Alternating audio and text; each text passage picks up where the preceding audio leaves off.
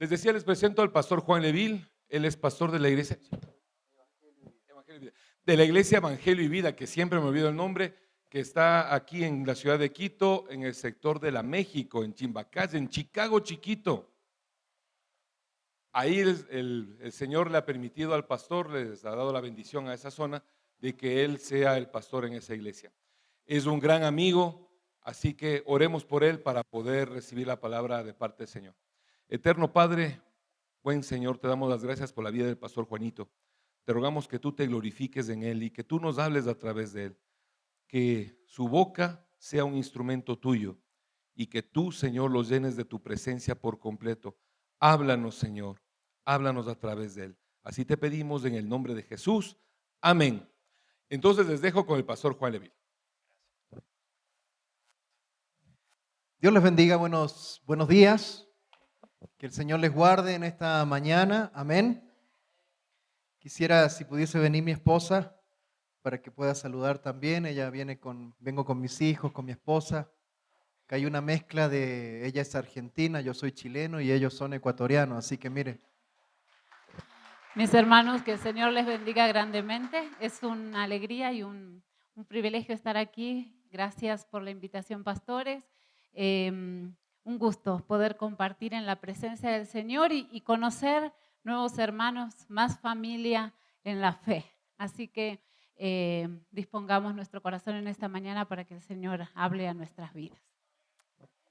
Amén, gloria a Dios. Gloria al Señor, amén. Gloria a Dios. En esta mañana, creo que de parte del Señor, hace un tiempo ya Dios me ha permitido compartir ciertos mensajes con algunas personas, de repente los grupos pequeños, por ahí una que otra iglesia. Y uno de los aspectos que creo que Dios nos está llamando a predicar en estos días es sobre poner quizás de aviso, poner a la iglesia vigilante, atenta, por los tiempos que estamos viviendo.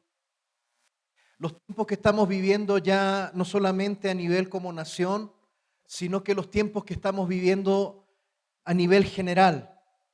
Y quisiera predicar en esta mañana un mensaje que lleva por título Famosos pero muertos.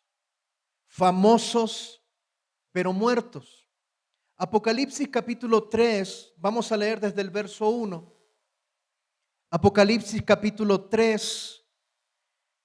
Dice, escribe al ángel de la iglesia en Sardis, el que tiene los 7 espíritus de Dios y las 7 estrellas, dice esto. Yo conozco tus obras, que tienes nombre de que vives y estás muerto. Sé vigilante y afirma las otras cosas que están para morir, porque no he hallado tus obras perfectas delante de Dios. Acuérdate pues de lo que has recibido y oído, y guárdalo y arrepiéntete. Pues si no velas, vendré sobre ti como ladrón, y no sabrás a qué hora vendré sobre ti. Pero tienes unas pocas personas en Sardis que no han manchado sus vestiduras y andarán conmigo en vestiduras blancas, porque son dignas. El que venciere será vestido de vestiduras blancas, y no borraré su nombre del libro de la vida, y confesaré su nombre delante de mi Padre y delante de sus ángeles. El que tiene oído, oiga lo que el Espíritu dice a las iglesias. Amén. Creo que los tiempos que vivimos son tiempos bastante cruciales, porque como hijos de Dios, como cristianos, como decía el pastor, llenos del Espíritu Santo, somos llamados también a entender los tiempos que vivimos. Somos llamados también a entender el proceso que está viviendo la humanidad y cómo nosotros debemos estar atentos en no incurrir en errores, incurrir en fallas, que de repente quizás hasta podemos estar tomando la venida del Señor ya como tardanza. Y quisiera poner un ejemplo con respecto a esto. Cuando comencé a generar a hacer este bosquejo, una de las cosas que me llamaba la atención, y llevándonos a un plano normal, a un plano terrenal, natural. Hoy en día, ¿cierto? Usted sabe que ayer Chile quedó eliminado, así que no quiero hablar de fútbol, pastor. Pero tengo el ejemplo que tengo que hablar de esto, pero no quiero hablar de fútbol hoy día, vea. ¿Cómo hoy en día se venden los jugadores? Generalmente lo que se utiliza es un video con sus mejores jugadas. Usted va a buscar el nombre de un jugador ahí en YouTube y usted va a encontrar que tiene las mejores jugadas. No se muestra cuando juega mal, solamente se muestra cuando se juega bien. Yo le quité esto porque dije se está medio opaco. Perdón, acá está, le pongo. Y resulta que hoy en día se trabaja mucho en base a la imagen. Y cuando hablo esto es porque es interesante que los jugadores de fútbol, cuando sus representantes hacen estos videos, ¿cierto? Los llevan y mueven estos videos a otros clubes de fútbol y terminan muchas veces comprando jugadores que en realidad no son tan buenos como se ven en los videos. Hoy en día los políticos, más allá de las propuestas, lo primero que hacen es trabajar en la imagen.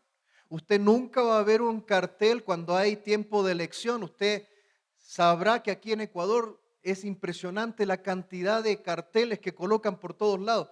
Usted nunca va a ver el cartel de un político con la cara triste. Siempre los va a ver sonrientes. Siempre los va a ver bonitos, con camisas generalmente de color blanco.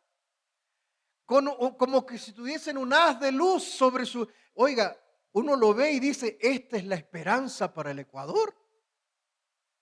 ¿Por qué? Porque se trabaja mucho en la imagen. Hoy en día el uso de la imagen es una forma de promoción, es una práctica que incluso se ha infiltrado dentro de la iglesia. Vea usted.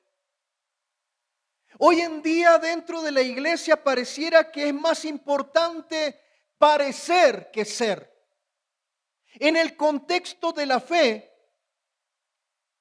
es el Señor el que determina lo que nosotros somos o parecemos. Es Dios el que determina lo que somos y parecemos. No es nuestra propia imagen. Jesucristo en el libro de Apocalipsis condenó esta práctica. Y el texto que acabamos de leer de Apocalipsis capítulo 3 habla de la iglesia en Sardis y condena esta práctica. Déjeme decirle que estas 7 iglesias a las cuales el Señor escribe estas cartas son las famosas iglesias del Apocalipsis. Y generalmente en estas cartas se repiten 3 elementos claves. Siempre aparece en primer lugar un retrato de Cristo. Cristo se presenta a cada iglesia de manera diferente, pero siempre dejando en claro que no es el mismo Cristo sufriente, no es el siervo sufriente de la cruz, es un Cristo glorificado, exaltado, es el Señor de señores, el Rey de reyes. Él se presenta de una manera diferente. También todas estas cartas traen como un matiz en donde se hace una radiografía de cada congregación. Y en último lugar, siempre hay una promesa. Usted va a encontrar que las cartas al Apocalipsis tienen estos elementos básicos. Quisiera dar un poquito de contexto para que podamos entender por qué el Señor le habla así a la iglesia en Sardis. En Asia Menor, la fe cristiana se topó con lo mejor de la cultura griega. Debemos recordar que es ahí donde nace la filosofía. Ciudades como Éfeso, Pérgamo, poseían bibliotecas inmensas, centros dinámicos de educación, profesores itinerantes que viajaban de pueblo en pueblo y que gozaban de gran popularidad. Eran estos sectores donde habían universidades, habían escuelas de medicina, incluso habían hospitales. Estamos viendo de que la fe cristiana se topa con este entorno. No solamente eso, sino que esta provincia, este sector, gozaba de un auge económico muy grande. La única ciudad que sufría, que carecía de un aspecto económico fuerte era la ciudad de Tiatira. De ahí todas las otras que se mencionan en las cartas a las 7 iglesias del Apocalipsis, todas las demás tenían un buen pasar económico. Eran el centro al culto al emperador. En el contexto geográfico, cuando usted analiza un mapa de las 7 iglesias, usted se va a dar cuenta que las 7 iglesias del Apocalipsis estaban prácticamente una seguida de la otra. Y usted se va a dar cuenta también de que existían más iglesias en ese lugar. Pero por algún motivo, el Señor quiso especificar solamente en 7, porque en el libro de Apocalipsis la simbología de ese número 7 implica plenitud. O sea, el mensaje a las 7 iglesias del Apocalipsis es un mensaje que puede alcanzar a todas las iglesias de todos los tiempos, de todo el mundo, en cualquier lugar. Es un mensaje que puede hablarnos también hoy día. Nos encontramos con que es un mensaje directo de Cristo. Si usted se da cuenta, todas las cartas al Apocalipsis es Cristo el que está hablando. Y Él también dice lo que el Espíritu dice a las iglesias. Esto es para todo tiempo, para todo lugar. Es interesante ver también que estas 7 cartas a las 7 iglesias no es que fueron enviadas de manera individual, no. Fueron enviadas en una especie de compendio. ¿Y por qué digo esto? Porque las 7 iglesias recibieron estas cartas y podían ver lo que Dios estaba hablando a cada iglesia. Yo me ponía a pensar, ¿qué habrán pensado las demás iglesias si la primera carta, que era la iglesia de Éfeso, y la iglesia de Éfeso era la iglesia madre de todas las demás? ¿Qué habrán pensado los otros pastores, obispos, los hermanos de las congregaciones de estas 7 iglesias, cuando a la iglesia de Éfeso el Señor le dice: tengo contra ti que has olvidado tu primer amor, que tú ya no me estás amando como antes, como al inicio? Las otras iglesias habrán dicho: wow, ¿y qué nos toca a nosotros? Si a la iglesia madre le está diciendo que ha perdido su primer amor. Bueno, estas cartas fueron un compendio que llegaron a, digamos, todas juntas y todas podían tener acceso a ellas. La ciudad de Sardis era una ciudad antigua, fundada 1200 años antes de Cristo. Existían un cruce de 5 rutas comerciales. Era terminal occidental del Gran Camino Real, o sea, tenía grandes ventajas económicas la ciudad de Sardis. De hecho, se dice que muchas ciudades se instalaron cerca de Sardis por ese poderío económico. Mis amados hermanos, cuando uno analiza la historia, se encuentra que las excavaciones que se han hecho en esos sectores, específicamente donde estaba Sardis, se han encontrado, se han descubierto joyas muy lujosas. En la época persa fue la ciudad más grande de la región, Sardis, conocida por su comercio textil. O sea, la ciudad de Sardis tenía un poderío económico. Y mis amados hermanos, en el tiempo del Imperio Romano, si bien pasaron algunos siglos y perdió un poco su posición, porque Pérgamo después pasó a ser una ciudad poderosa en ese sentido, durante el Imperio Romano quiso volver a tener ese auge. Pero hay otra característica importante que tiene que ver con la carta. Porque a veces quizás estamos viendo de que el Señor Jesús le dice a Sardis: sé vigilante. ¿Pero por qué dice sé vigilante? Esta ciudad era una ciudad fortificada. La ciudad de Sardis, no sé cuántos han visto en fotos o han viajado alguna vez al Machu Picchu. Levante la mano, por favor. Yo creo que ahí en Perú, más de algunos hemos visto las fotos del ¿cierto? Del Machu Picchu, donde están erigidos en montañas, una cuestión muy alta. Bueno, déjeme decirle que la ciudad de Sardis tenía grandes murallas.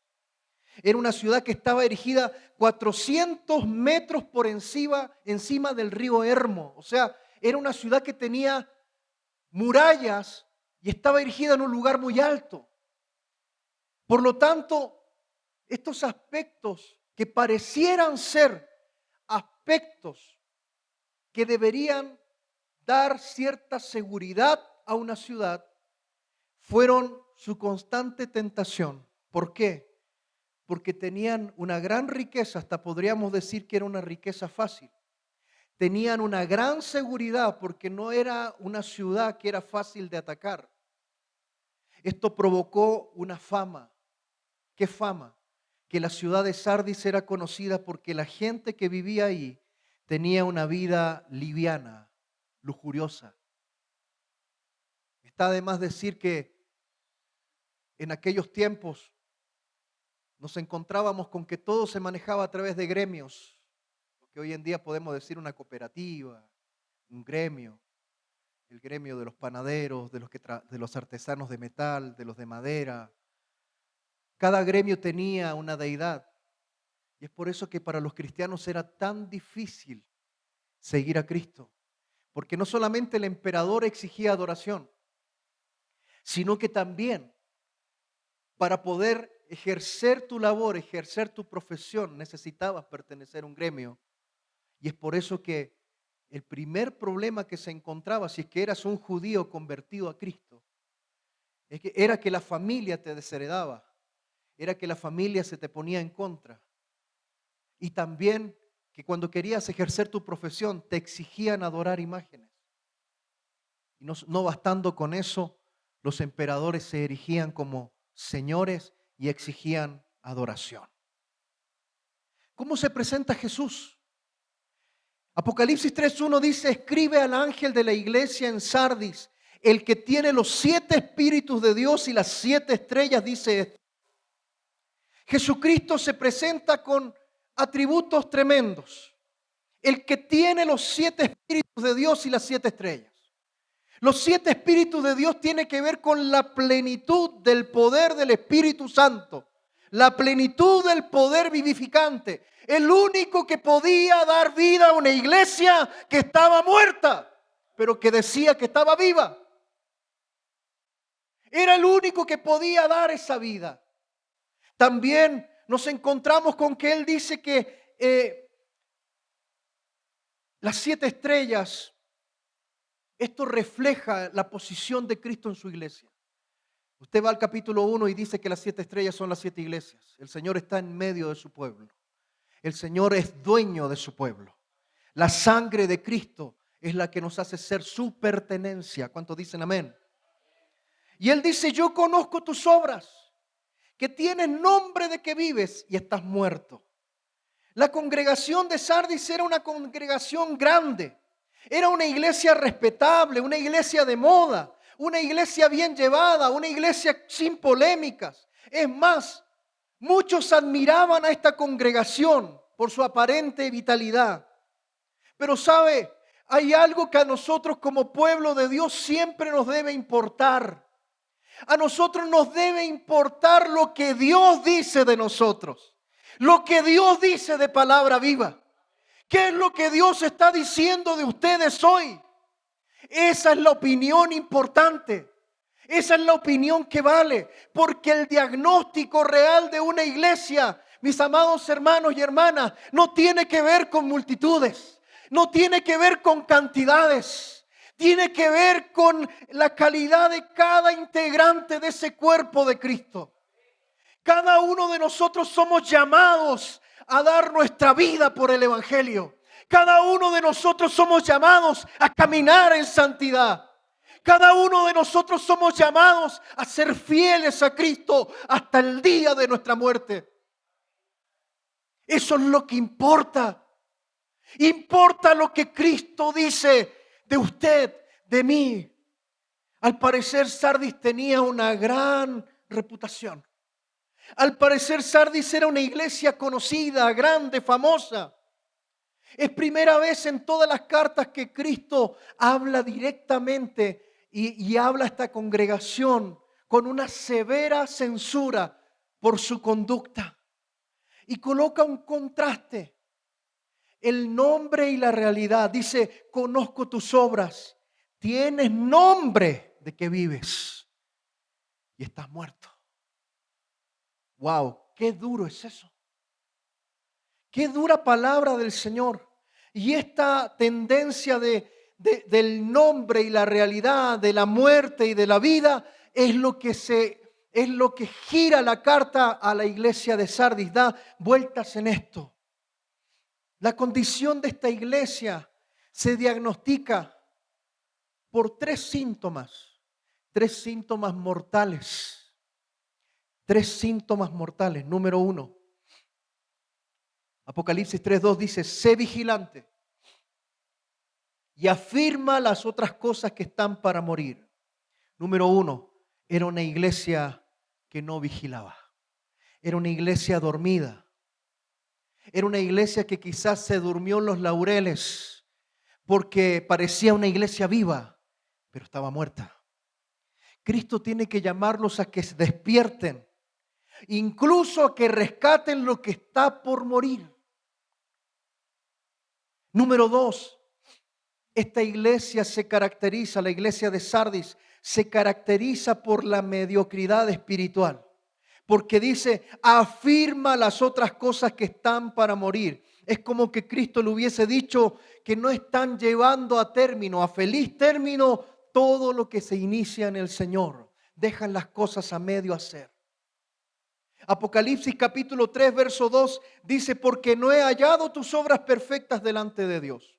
Apocalipsis capítulo 3, verso 4 dice, pero tienes unas pocas personas en Sardis que no han manchado sus vestiduras. ¿Sabe lo que significa eso? Tercer elemento, que la mayoría habían manchado sus vestiduras. Porque si habían pocos que no habían manchado sus vestiduras, habían muchos que sí lo habían hecho. Posiblemente habían sucumbido ante el culto al emperador. En el año 67 después de Cristo. No sabemos quién escribe Hebreos, pero es una situación parecida. Una de las motivaciones de la carta a los Hebreos es justamente esto. ¿Sabe qué? Es aquellos judíos que se habían convertido a Cristo, que se estaban volviendo atrás. ¿Por qué se estaban volviendo atrás? Porque empezó la persecución. Y el escritor de Hebreos dice, ustedes en un tiempo andaban bien, ustedes en un tiempo estaban dispuestos a dar la vida, pero ahora están volviendo atrás. Y una de las cosas que Hebreos dice claramente, y dice, si esta ley, el Antiguo Testamento, que fue entregada por ángeles ahí en el monte Sinaí, si esta ley tenía sus consecuencias, ¿cómo nosotros vamos a escapar si descuidamos una salvación tan grande? Amada iglesia, descuidar la salvación, descuidar nuestro caminar en Cristo, hace que nos deslicemos. El mismo escritor de Hebreos dice, no, cuidado con deslizarse. Y mire, déjeme decirle que deslizarnos no es una cosa de un día para otro. Deslizarnos en la fe es algo cuando comenzamos a dejar pasar las pequeñas cosas. Un derrumbe no viene de la noche a la mañana, viene con pequeños derrumbes. Y deslizarse en la fe es comenzar a menguar en tu pasión por Dios. Y cuando digo esto es que ya quizás no nos están dando ganas de orar. Y quizás no nos están dando ganas de asistir, de congregarnos, de estudiar la palabra. Y comenzamos a menguar, y aquellas disciplinas espirituales que en un inicio eran un fuego para nosotros, a veces comenzamos como a declinar. La mayoría habían manchado sus ropas. La mediocridad en la vida espiritual de esta iglesia. No tenían una definición clara respecto a la idolatría. Provoca, amada iglesia, provoca un modelo de cristianismo inofensivo. Y cuando yo dije que quisiera poner una palabra de advertencia, es que nosotros tenemos que tener cuidado en esta mañana de no estar viviendo un cristianismo inofensivo. ¿Qué es un cristianismo inofensivo? Que no incomoda a nadie. ¿Sabe lo que es caminar inofensivamente por la vida en la fe? Es que tu caminar en Cristo no incomoda a nadie. No le molesta a nadie. A nadie le llama la atención. Hoy en día estamos viviendo un fenómeno dentro de las congregaciones. Yo no sé si usted sabía, pero la otra vez conversado con unos pastores y nos dábamos cuenta de que, por ejemplo, se produce un fenómeno que es el traslado de gente de una iglesia a otra. Pero no hay conversiones a un número bastante grande como debería ser. ¿Cuántos bautismos estamos teniendo en las congregaciones? ¿Estamos alcanzando gente nueva? Cuando una iglesia deja de bautizar, hay un estancamiento. No conozco su realidad, así que hablo con autoridad. Amén. Pero debería ser algo que nos debería llamar la atención a todas las iglesias cristianas. Cuando baja la cantidad de bautismos o cuando no hay bautismos. Porque eso quiere decir entonces que la gran comisión no se está cumpliendo. Y eso quiere decir que mi evangelio, mi fe, pasa a ser algo inofensivo. Mire, deberíamos pedirle a Dios que nos examine y autoexaminarnos cada uno de nosotros. Hubieron épocas en que el evangelismo tenía relación con grandes campañas. Pero yo me he dado cuenta, porque he participado en muchas de esas cosas, que en realidad no hay tantas conversiones. Por experiencia propia como iglesia local, donde pastoreamos con mi esposa, desde que comenzamos a hacer pequeños grupos, y no es que hacemos, no, que tienen que ser 2 y después se multiplican, no, nosotros no estamos en eso. Nos reunimos en casa a estudiar la Biblia. Amén. ¿Sabe? Ha sido un proceso de ver gente convertirse y llegar a la casa del Señor a través de esa amistad, a través de esa comunión. Es como acercar la iglesia a la gente que generalmente no iría a la iglesia, y gloria a Dios porque hemos visto familias transformadas. Amén. Pero mire, ¿por qué digo esto? Porque ¿cuántas congregaciones hoy en día aparentemente son muy vivas? Tendrían que verse retratadas en este espejo que pone el Señor. Porque vuelvo y repito, no tiene que ver con lo que se ve hacia afuera, sino con lo que el Señor dice. Apocalipsis 3:3 dice: acuérdate pues de lo que has recibido y oído, y guárdalo y arrepiéntete, pues si no velas, vendré sobre ti como ladrón y no sabrás a qué hora vendré sobre ti. ¿Sabe lo que está haciendo el Señor? El Señor está llamándole la atención al ángel de esa iglesia, o sea, a nosotros los pastores. Sí, porque los ángeles de cada congregación eran, la palabra ángel se traduce como mensajero. No es que tengo alas y voy a salir volando, no. ¿Ya? No tengo cara de Gabriel ni nada de eso. Simplemente es el encargado de entregar el mensaje, el encargado. Y la primera cosa que Dios habla es a nosotros, pastor. Es a nosotros. Yo estoy dentro de ese balde, dentro de ese grupo. Porque lo que está diciendo es: despierta, despierta, despierta. Porque tenemos que cumplir con lo que el Señor nos mandó. Que nuestro cristianismo no sea inofensivo, que nuestro cristianismo sea trascendente, que alcancemos nuestras familias, que alcancemos, ¿cierto?, a nuestros vecinos, a nuestros amigos, compañeros de trabajo, que nuestra fe se refleje. Mis amados hermanos, porque no somos llamados a ser de la policía secreta del Señor. No somos llamados a ser de la policía secreta del Señor. Somos llamados a ser del ejército de Cristo. ¿Cuántos dicen amén? Por lo tanto, hay que ponerse vigilante. Al primero que le dice, le habla al ángel de la iglesia y le habla a la iglesia en general. Mis amados hermanos, ¿por qué habla de vigilar? Porque la ciudad de Sardis ya tenía experiencia en esto.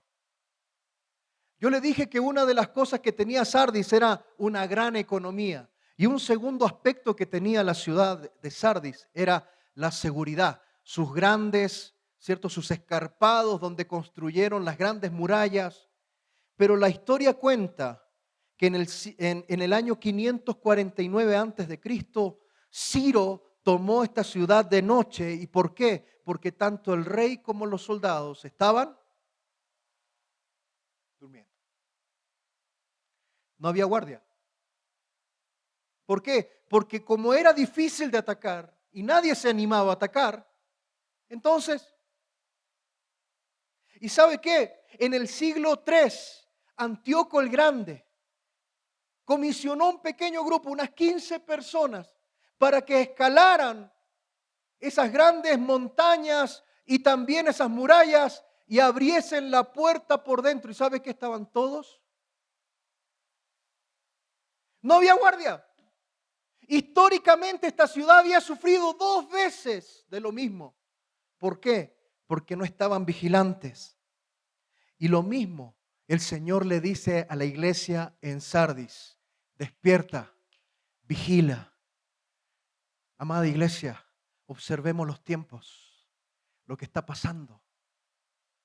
Yo no sé si usted se ha dado cuenta, pero están habiendo una cantidad de cambios y yo cuando empiezo a observar eso, empiezo a ver como un gran puzzle, ¿cierto? Un gran puzzle o un gran, ¿cómo se llama? Rompecabezas, en donde se van encastrando las fichas.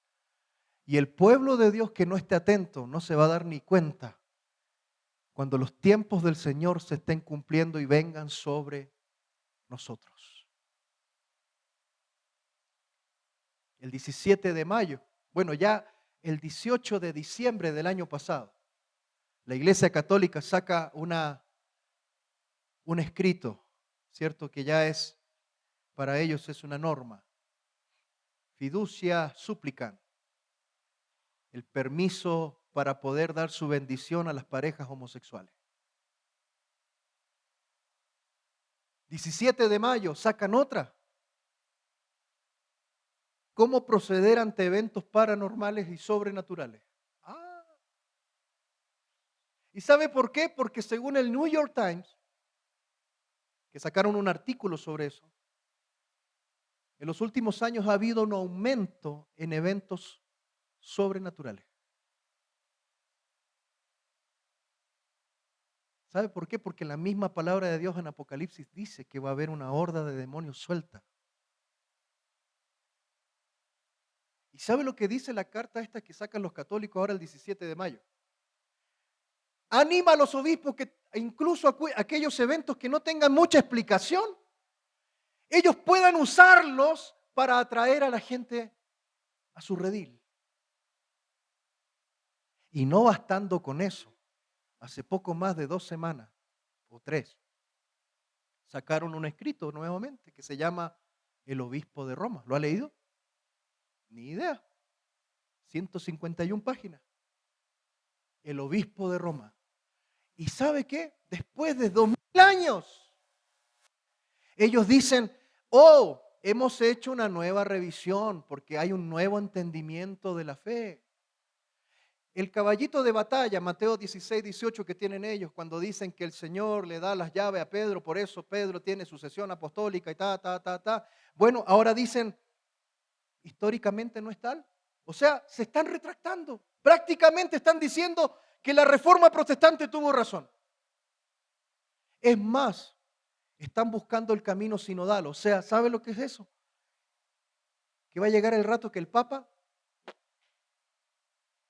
¿Usted puede creer que el catolicismo piense en quitarle esa posición al Papa?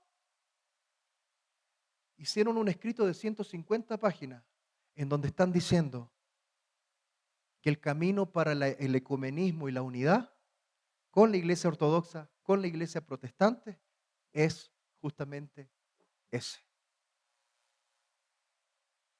¿Sabe lo que está pasando, mis hermanos? Se están moviendo las fichas. Se están moviendo las fichas.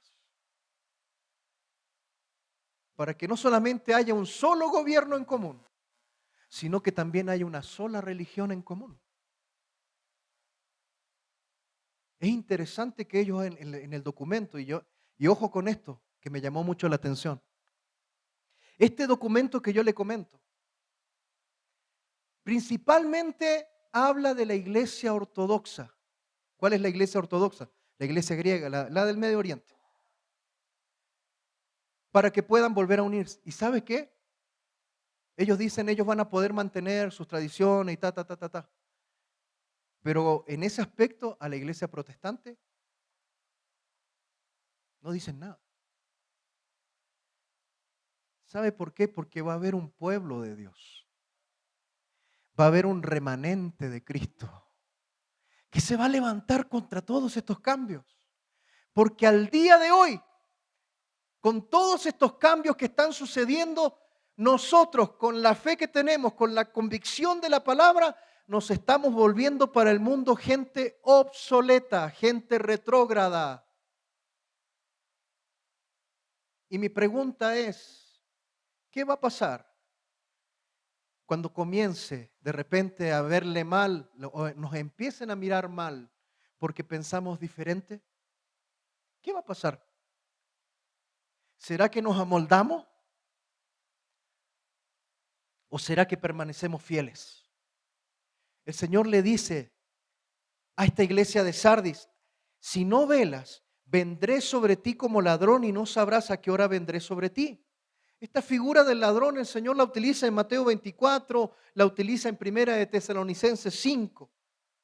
Pero ¿sabe qué? Acá está hablando de algo exclusivo, porque esta venida que el Señor dice, voy a venir sobre ti, no es la segunda venida que habla la Biblia, no. Esto está condicionado a que si Sardis cambia de opinión, dice, si no te arrepientes, yo voy a venir sobre ti. ¿Sabe lo que es esto? Es que sí, dentro de su misericordia, de su amor, de su benignidad, de su gracia, el Señor también puede venir a aplicar juicio sobre aquellas iglesias que no están haciendo lo que tienen que hacer. Nosotros no estamos para entretener gente. Entienda esto. Nosotros no estamos para entretener a la gente. Nosotros no estamos para reunirnos un grupito los domingos en la mañana. Nosotros estamos para predicar el Evangelio y la verdad de Cristo a las personas, para que a través del conocimiento del Evangelio ellos puedan ver su pecado, arrepentirse y llegar a Cristo. Porque no hay otro camino. El Señor dijo, yo soy el camino, yo soy la verdad, yo soy la vida. Nadie viene al Padre si no es por mí. No hay más, no hay más, no hay más caminos, no hay más verdades. Hay un solo camino, una sola verdad y una sola vida. Siempre hay un remanente. Apocalipsis 3:4 dice, tienes en Sardis a unos cuantos que no se han manchado la ropa.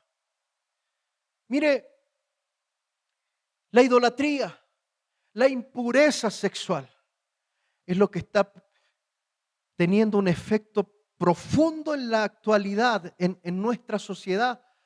Y déjeme decirle que incluso se mete hasta dentro de la iglesia. Todo este movimiento de redes sociales, de TikTok, de Facebook, de Instagram, a veces llega a ser hasta irrisorio. Todo lo puedo en Cristo que me fortalece. Se saca casi sin ropa sacándose la foto. Y lo postea. Todo lo puedo en Cristo que me... ¿Qué tipo de fe estamos siguiendo? A veces varones cristianos que van al gimnasio y ya sacan sus músculos por ahí. Y se supone que somos hijos de Dios, pero nos sacamos fotos sin camiseta, mostrando los pectorales. Ahí ya no me gustó, ¿cierto? ¿Me explico? La sensualidad, la sexualidad. Lo mismo que estaba atacando a la iglesia de Sardis a través de la idolatría, en estos grupos, en estos gremios, en esos templos. donde habían sacerdotisas que servían como prostitutas sexuales, religiosas entre comillas. Hoy en día el tema de la sexualidad está completamente loco, desordenado. Usted puede darse cuenta que las personas hacen cualquier locura por obtener un like o porque alguien compre su contenido. Mis amados hermanos, la mayoría escoge una línea de menor resistencia ante estas cosas. Zacarías capítulo 3, verso 3 al 5 dice así. Búsquelo en su Biblia, Zacarías capítulo 3. Verso 3 al 5. Dice, y Josué estaba vestido de vestiduras viles y estaba delante del ángel. Y habló el ángel y mandó a los que estaban delante de él diciendo, quitadle esas vestiduras viles. Y a él le dijo, mira, que he quitado de ti tu pecado y te he hecho vestir de ropas de gala. Después dijo, pongan mitra limpia sobre su cabeza, y pusieron una mitra limpia sobre su cabeza y le vistieron las ropas, y el ángel de Jehová estaba en pie.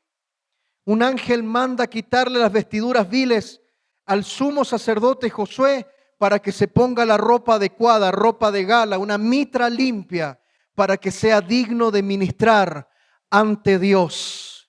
Usted y yo, como reyes y sacerdotes del Señor, tenemos que estar con las vestiduras correctas. ¿Cuántos dicen amén? Para que la liturgia de nuestra vida, el Señor reciba la gloria y la honra. Nosotros debemos vestirnos con ropas limpias para pararnos con dignidad delante de la presencia del Rey de toda la tierra. Y eso tiene que ver con santidad. Da pena hoy en día el entreguismo. Muchas personas se identifican como cristianos, pero no viven como tal. Mire, uno de los eventos que tiene que suceder y una de las señales claras cuando Cristo esté próximo a venir, más allá de Israel, más allá de las cosas que puedan aparecer en los cielos, una de las señales claras de que Cristo está por venir es la apostasía de la iglesia, es la falta de fe, es retroceder en la fe. La palabra de Dios incluso dice que el inicuo, el hombre de pecado, no se manifestará sin que antes no venga, ¿qué cosa? La apostasía. Y la apostasía son estas cosas.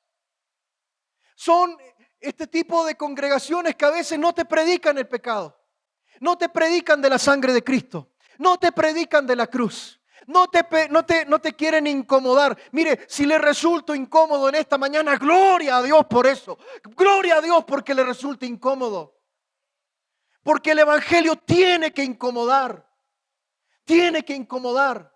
Cuando yo me acomodo, ¿sabe qué? No pasa nada. Pero cuando me incomoda, me puede llevar al arrepentimiento. Mire,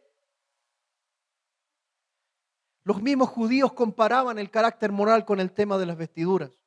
Apocalipsis 3:4 dice, andarán conmigo en vestiduras blancas porque son dignas. Este es el único caso dentro de estas cartas donde el Señor pone la promesa antes de mencionar a quienes vencen. ¿Sabe por qué? Porque esta es una promesa no solo para la iglesia de Sardis. Esta es una promesa para usted y para mí hoy. Todo hijo de Dios que camine en fidelidad y en santidad va a vestir ropas blancas con Cristo. ¿Cuántos dicen amén? Dale un aplauso al Señor. Bendice su nombre. Los que andan fielmente con el Señor ahora andarán con Él vestidos, aleluya, con ese blanco color. Aleluya. Los que anden en santidad tendrán la posibilidad de beber de las aguas de la fuente del Señor. Blanco es el color de la victoria. Blanco es el color designado para los que triunfan. Blanco, santidad, es el color designado para los hijos de Dios que vencen al pecado. Y existe una triple promesa. El que venciere será vestido de vestiduras blancas. No borraré su nombre del libro de la vida y confesaré su nombre delante de mi Padre y delante de sus ángeles. ¿Qué es esto? Esto es salvación. Esto es salvación. Esto es salvación. 3 promesas que significan lo mismo. Salvos, salvos. Y no es que somos salvos por obra. Somos salvos por la gracia del Señor por medio de la fe. Pero el Hijo de Dios tiene que reflejar esa salvación. El árbol se conoce por sus frutos. Por sus frutos los conoceréis. No hay otra forma, no hay otra manera. Mis amados hermanos, déjeme decirle, y quiero cerrar con esto, que nuestra imagen puede llegar a ser un ídolo. Vuelvo y repito, nuestra imagen puede también llegar a ser un ídolo. En estos tiempos modernos, la palabra va perdiendo su peso. Antiguamente usted se daba la mano y daba su palabra y con eso bastaba. ¿Sí o qué? Yo lo viví con mi papá, con mis vecinos. Se llegaba a algún acuerdo, se daba la mano y automáticamente la palabra y la mano se cerraba un trato, se cerraba algo y no era necesario hacer nada más. Hoy en día no. Hoy en día eso ya dejó de ser. ¿Y qué reemplazó eso? Hoy lo reemplazó la imagen. Lo más importante para un político hoy en día no es su carácter. Lo más importante para un político hoy en día no son sus proyectos, no son sus convicciones, es su imagen. Es su imagen. Crear buenas imágenes es lo que provoca que la gente caiga engañada. La iglesia en Sardis gozaba de una buena imagen.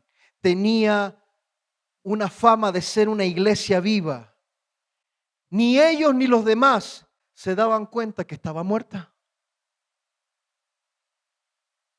Hoy también, mis amados hermanos, nos dejamos llevar por las apariencias, por la fama. Hoy en día, en el tiempo de comunicaciones y redes sociales, de YouTube y todo esto, muchas veces las personas piensan, no, yo me voy, vemos estos videos de grandes, entre comillas, de una contrariedad tremenda, grandes siervos, no me cabe en la cabeza, grandes siervos, que hacen grandes cosas, ¿no? Que la gente cae por aquí y por allá y vea que yo creo que el Espíritu Santo toca. Pero ¿sabe qué? A veces se trabaja en la imagen. Y a veces, ¿sabe lo que trae esto? Trae una distorsión de la fe. Trae una distorsión de la fe. Porque las personas piensan que tal o cual lugar, no, allá sí está la presencia de Dios, allá no está. Allá sí está, no, es que ese pastor sí es ungido, no, es que el otro no es ungido. Y empiezan. ¿Sabe por qué eso? Porque se dejan llevar por la imagen. No es lo que otros piensan de nosotros. No es lo que nosotros pensamos de nosotros mismos. Es lo que Cristo piensa de nosotros. Es lo que Cristo piensa de nosotros. Mire, una de las cosas que la Biblia dice en Éxodo 23 es que algo que condenó el Señor, no adorar a otros dioses y no hacer imágenes. Amén. Y en Deuteronomio capítulo 4, verso 12, el Señor habló sobre esto. Y esto es tremendo porque si usted lo aplica en el contexto actual, nos hace reflexionar. Deuteronomio 4:12 dice, habló Jehová con vosotros de en medio del fuego. Oíste la voz de sus, diga conmigo, oíste la voz de sus palabras, mas a excepción de oír la voz, ninguna figura visteis. Verso 15 del mismo capítulo. Guardad pues mucho vuestras almas, pues ninguna figura visteis el día que Jehová habló con vosotros de en medio del fuego. Para la fe de Israel, esa diferencia era fundamental. ¿Y sabe por qué? Porque la imagen es una fabricación humana y es fácil de manipular. Pero la voz de Dios no se puede manipular. No se deja manejar. nos ordena y gobierna. La palabra de Dios y la voz de Dios no cambia. Cielo y tierra pasarán, pero su palabra no pasará.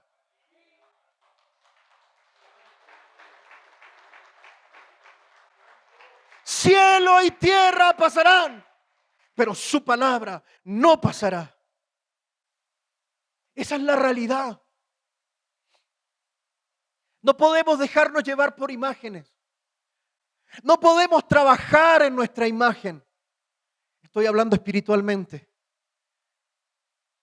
Lo que podemos hacer es decirle, Señor, ¿tú qué dices de mí? En esta mañana es eso. ¿Qué hablas tú de mí? Pablo a los Corintios, en Primera de Corintios, capítulo 1, verso 20, dice, ¿dónde está el sabio? ¿Dónde está el escriba? ¿Dónde está el disputador de este siglo? ¿No ha enloquecido Dios la sabiduría del mundo? Verso 24 dice, pues ya que en la sabiduría de Dios el mundo no conoció a Dios mediante la sabiduría, agradó a Dios salvar a los creyentes por la locura de la predicación.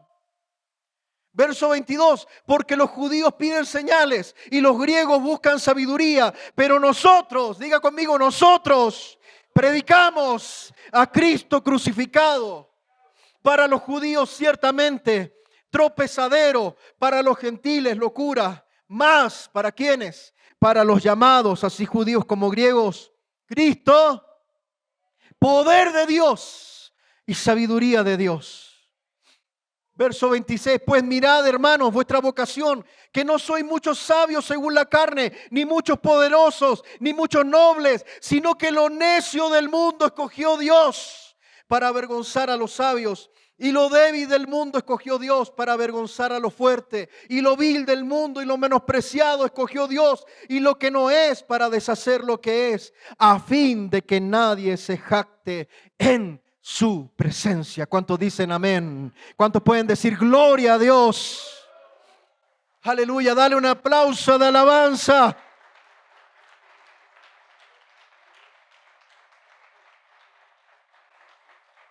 Es que cuando una iglesia se jacta de su nombre, es que cuando un pastor se jacta de su nombre, es que cuando un creyente se jacta de su nombre, tenemos el mismo espíritu de Babel, aquel que dice, hagámonos un nombre. Y no tiene que ver con eso, tiene que ver con Cristo crucificado, tiene que ver con la predicación del Evangelio, el dar testimonio. El seguir a Cristo es vituperio, es muerte, es incomodidad. Pero el Señor mismo será testigo de nuestra fidelidad. El Señor mismo será testigo de nuestra fidelidad. Amada iglesia, Dios no te pide éxito. Dios no te pide fama. Dios te pide ser fiel. Y fiel hasta la muerte. Amén. A su palabra soberana podemos responder con obediencia.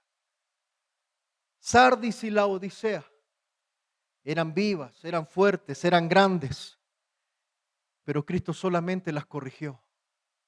Esmirna y Filadelfia eran pobres, débiles, pero el Señor las elogió, porque los valores de mi Dios y de su Dios no son los mismos valores del mundo, no son los mismos.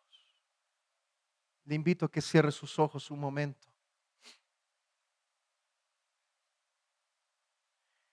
Y dígale, Padre Santo, ¿qué dices tú de mí? ¿Qué dices tú de mí?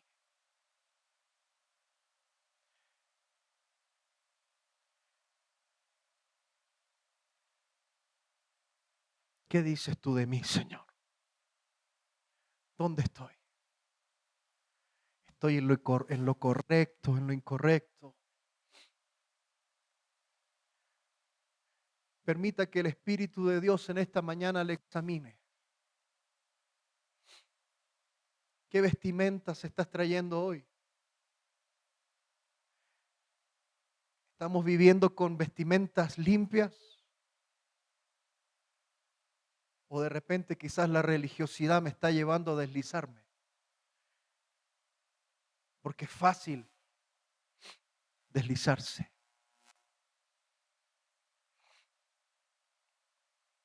El hecho de venir a la iglesia es positivo, es bueno, es un mandato de Dios, pero no nos hace cristianos. Cristiano nos hace haber reconocido que su sangre nos ha lavado. Al arrepentirnos reconocemos que Él es más poderoso que nosotros. Padre Santo, en esta mañana te pido que examines mi corazón, examines mi vida, examíname.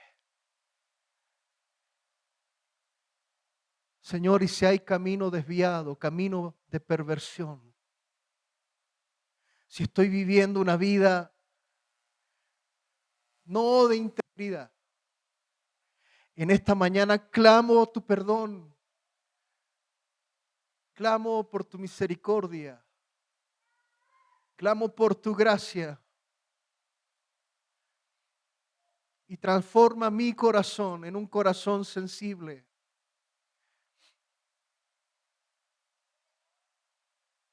Hazme crecer en el temor tuyo de tal manera que donde yo vaya tenga la claridad y la certeza que los ojos del Rey de Gloria están sobre los justos. Ayúdame, Señor. Ayúdame a estar atento a los tiempos que vivimos. Ayúdame, Señor, a discernir los tiempos que vivimos. Padre Santo, glorifícate. Glorifícate. Haga un compromiso con Dios. Dígale, Señor, en este día he oído tu palabra y temí. He oído tu palabra. Palabra que da vida. Palabra que renueva, que restaura. Palabra que levanta, que corrige, que exhorta. Porque Dios no retrasa su promesa por si alguno la tiene por tardanza, sino que quiere, anhela que todos alcancen salvación, arrepentimiento. Señor, en el nombre de Jesús, he entregado tu palabra, que creo por tu Espíritu Santo, era para esta casa hoy. En tu nombre oramos, Señor. Amén. Amén.